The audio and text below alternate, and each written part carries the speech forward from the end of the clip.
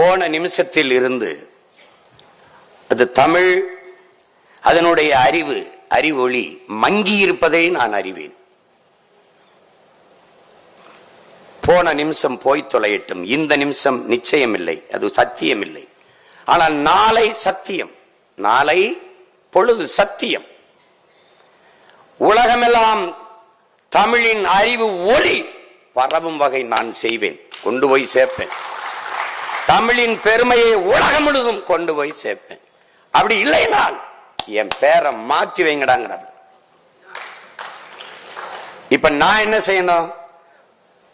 அந்த பாரதியின் பேரனாக நான் என்ன செய்யணும்? பாரதி உன் பேரை உலகம் முழுமை நான் கொண்டு போய் சேர்ப்பேன்.